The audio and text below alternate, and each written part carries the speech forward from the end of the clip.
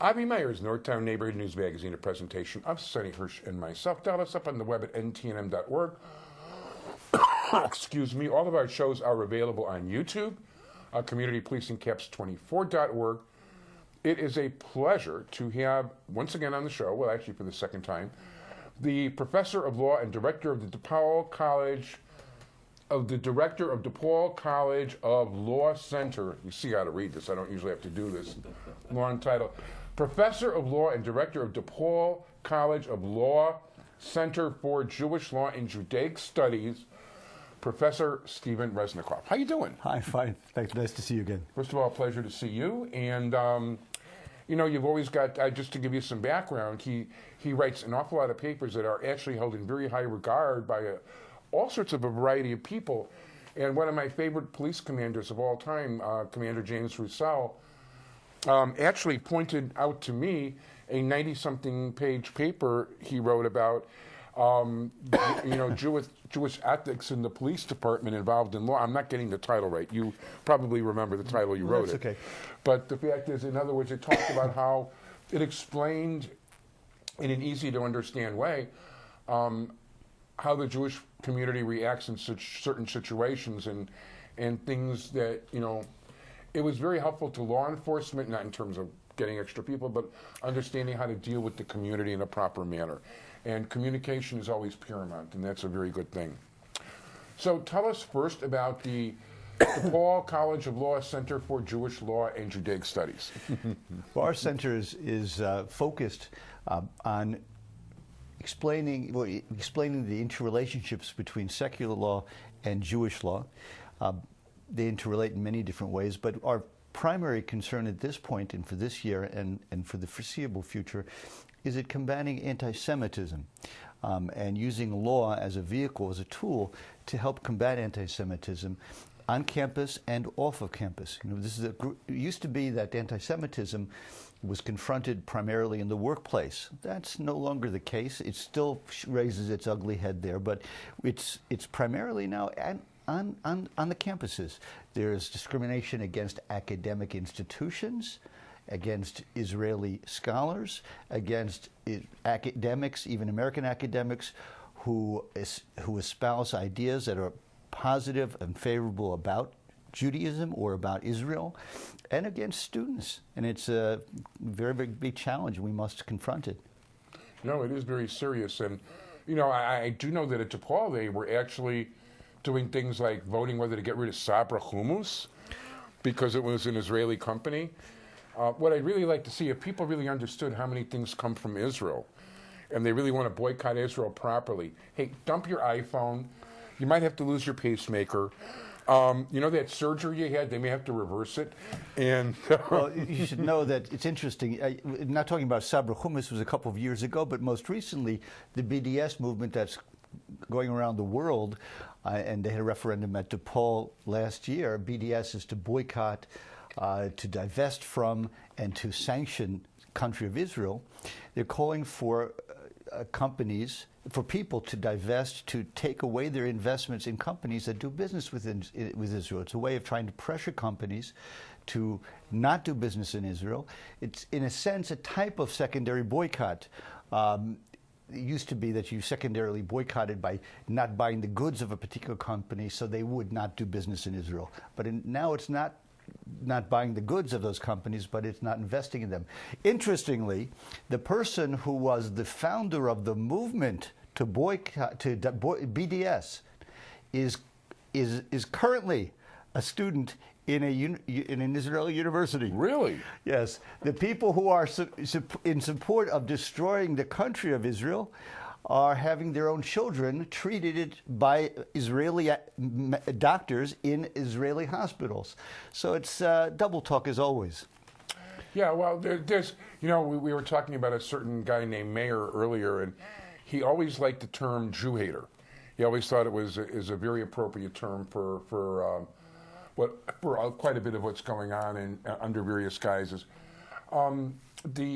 If you take a look at it, basically in the entire Middle East, there are 1.6 million Arabs that have freedom of religion, freedom of speech, freedom of political expression, and those are all located in Israel.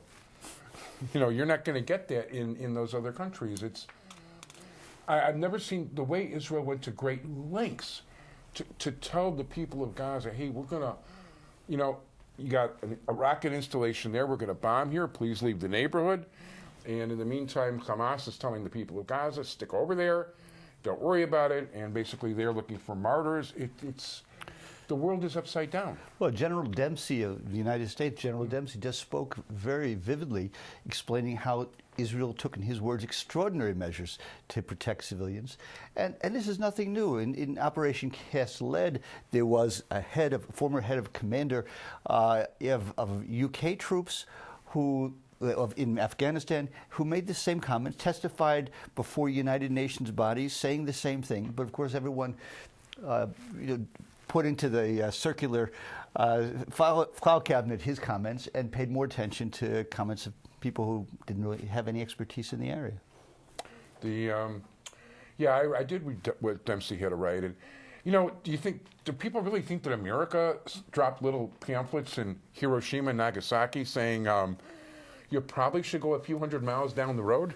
Listen, let me just, if you don't mind, sure, no, I actually have something I was going to read a little part of a piece from Bret Stephens' op-ed piece in the Wall Street Journal, and he says, listen, during this Gaza adventure. It says, what follows are excerpts from a June 30th, 2014 news account by Tim Craig, the Washington Post bureau chief in Pakistan.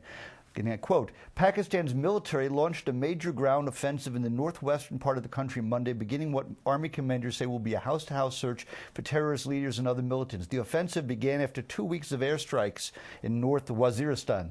In a statement, Pakistan's military said its soldiers discovered underground tunnels and preparation factories for explosives during the initial hours of the ground assault. Backed by artillery and tanks, troops killed 17 terrorists Monday. Combined with the toll from airstrikes that began on June 16th, a total of 376 terrorists have died in the offensive. The Army said more than 500,000 residents fled north Waziristan ahead of the ground offensive. The population had only 600,000. So did you hear anything? Underground tunnels, explosive factories, weeks of airstrikes, artillery bombardment, mass displacement of civilians. Leaving aside the probability, this is the first time you've heard of any of this. Does it ring a familiar bell? If so, maybe the Council on American Islamic Relations and the various self-described anti-war groups that marched near the White House on Saturday to protest Israel's military campaign in Gaza can organize another big rally outside the Pakistani embassy. No more U.S. aid to Islamabad, boycott Pakistani products, divest from Pakistani companies. And as he says, I'm dreaming, and he goes on.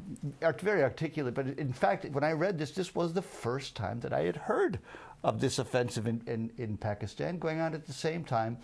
And it's astonishing. This was the point of his article was that at the same time, thousands and thousands of Arabs were being killed in Iraq. 1,600 people were killed in July alone. What did the UN envoy say? He said, I am concerned about the rising number of casualties in Iraq.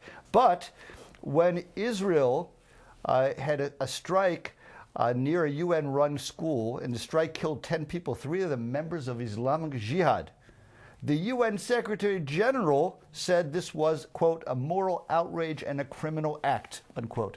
So 1,600 people, we're a little bit concerned. 3 people, this is, it's who does it, not what's being done. And it's just a terrible, terrible double standard. As a matter of fact, one of the secretaries at the UN was, when she actually made an offhand comment that wasn't supposed to be on the microphone, expressing like, this is absolute, well, I don't swear on the show, but you can get the idea. This is absolute horse patooties, and, and that's just an objective observer. This stuff is so pointed. The UN is, I can understand why the UN is still in session, but the UN is not doing what people had wanted it to do. It's not anything close to it.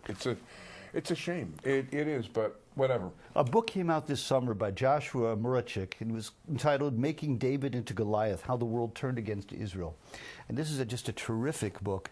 And it explains how, when he was young and when I was young, after 1967, after the war, America loved Israel, and Europe loved Israel even more. And now, no matter what Israel does, it's condemned everywhere in Europe. Everywhere in Europe. And he tries to explain, and he does a very cogent job as to what factors cause that. And, it's amazing. He talks about materialistic factors and intellectual factors, but the materialistic factors had to do with terrorism. When Arafat got this conference to recognize his organization, the PLA at that time, to be the only spokesperson for the supposed Palestinian people, his chief deputy boasted that the way they did it was by terrorizing the people at the conference. Wow. The Arabs moderates they were terror. They were afraid. There was terrorism. In America, there weren't so many hijackings. In Europe, there were a lot of hijackings. In America, there weren't so many acts of violent terrorism. In Europe, there were a lot. And Kissinger went over to talk to different. He describes it. He says, Secretary Kissinger went over to talk to leaders as to how we should get behind each other, how we should have steps in place, not only to take care of terrorism, but to prevent us from being vulnerable to a boycott, oil boycott, which is the second factor he mentions. And he said that he saw that he writes, Secretary Kissinger writes that the ministers in Europe were just terrified. They didn't think there was any way they could respond. They were so dependent on the oil. Wow. No, it's a definite major factor. There's no question about it. And now that, thank God, America's producing more oil and the prices are getting lower, well, there's still. We'll see what really happens along those lines. I would be remiss if I didn't mention that Sunday, December 7th, over at Lincoln Jewish Congregation. Is this a Chicago Bar Association event, or it's a Decalogue Society sponsored event, which is the Jewish Bar Association, and Judge Gerald Bender, of blessed memory, who was actually Simon Wiesenthal's personal lawyer. Really? Oh, you didn't know that? I didn't know. No, he's a great guy. He was on the show a few times, and I knew him very well. And his son Michael was a judge also. And no, he was Bender. Gerald Bender and his son Michael. Michael still does somewhat. They were pro bono lawyers for Simon Wiesenthal, and Gerald Bender was a legend among Jewish judges beyond question. And there is an annual lecture in his memory, and why don't you tell us about it? Well, this year it's on December 7th, Sunday, December 7th. I'm actually the keynote speaker, and then I'm going to be followed by a panel that has 4 people. One will be the Consul General of Israel to the Midwest part of America, Roe Gilad. One will be the Chief Rabbi of the Chicago Rabbinical Council's Rabbinical Court, Rabbi Reese. One will be a third-year student at DePaul. His name is third-year law student at DePaul, Jordan Malka. And the fourth will be a high school student, Sophia Gordon. She's the Stand With Us representative to her high school. And the reason why, by the way, it's important that she participate, is that unfortunately, not only is this campaign to demonize Israel and Jews now engulfing the campus, the college campus, that they're actually now going to lower levels of education. They're striking at high schools and even at grade schools. In the JDL, or the ADL, excuse me, is launched a campaign against public schools in Massachusetts who have now used really anti-Semitic material in their education. Wow. There's programs going, and it's sort of like, if you look on YouTube, you can see that in Gaza, they have, and in Arab countries, they have, even in elementary school or pre-elementary school, they have Disney-like cartoon characters talking about hating the Jews, killing the Jews, and I saw on YouTube recently where the person who was running the show talked to the kids, what do you want to do? I want to be a policeman and I want to kill Jews. She said, all the Jews? And they said, yes, it's a wonderful, wonderful. That's what we have to strike. We have to make sure that kind of education doesn't infiltrate in America. Very true. And at this point, we are out of time. For more information on that, the Gerald Bender lecture, you can contact the Decalogue Society. It's going to be at Lika with Jewish Congregation Sunday, December 7th. And you can call 847-676-0491. I want to thank you very much, Professor Stephen Resnicoff. Good luck in your endeavors. And thanks, everybody. Thank you, Sonny. Bye-bye.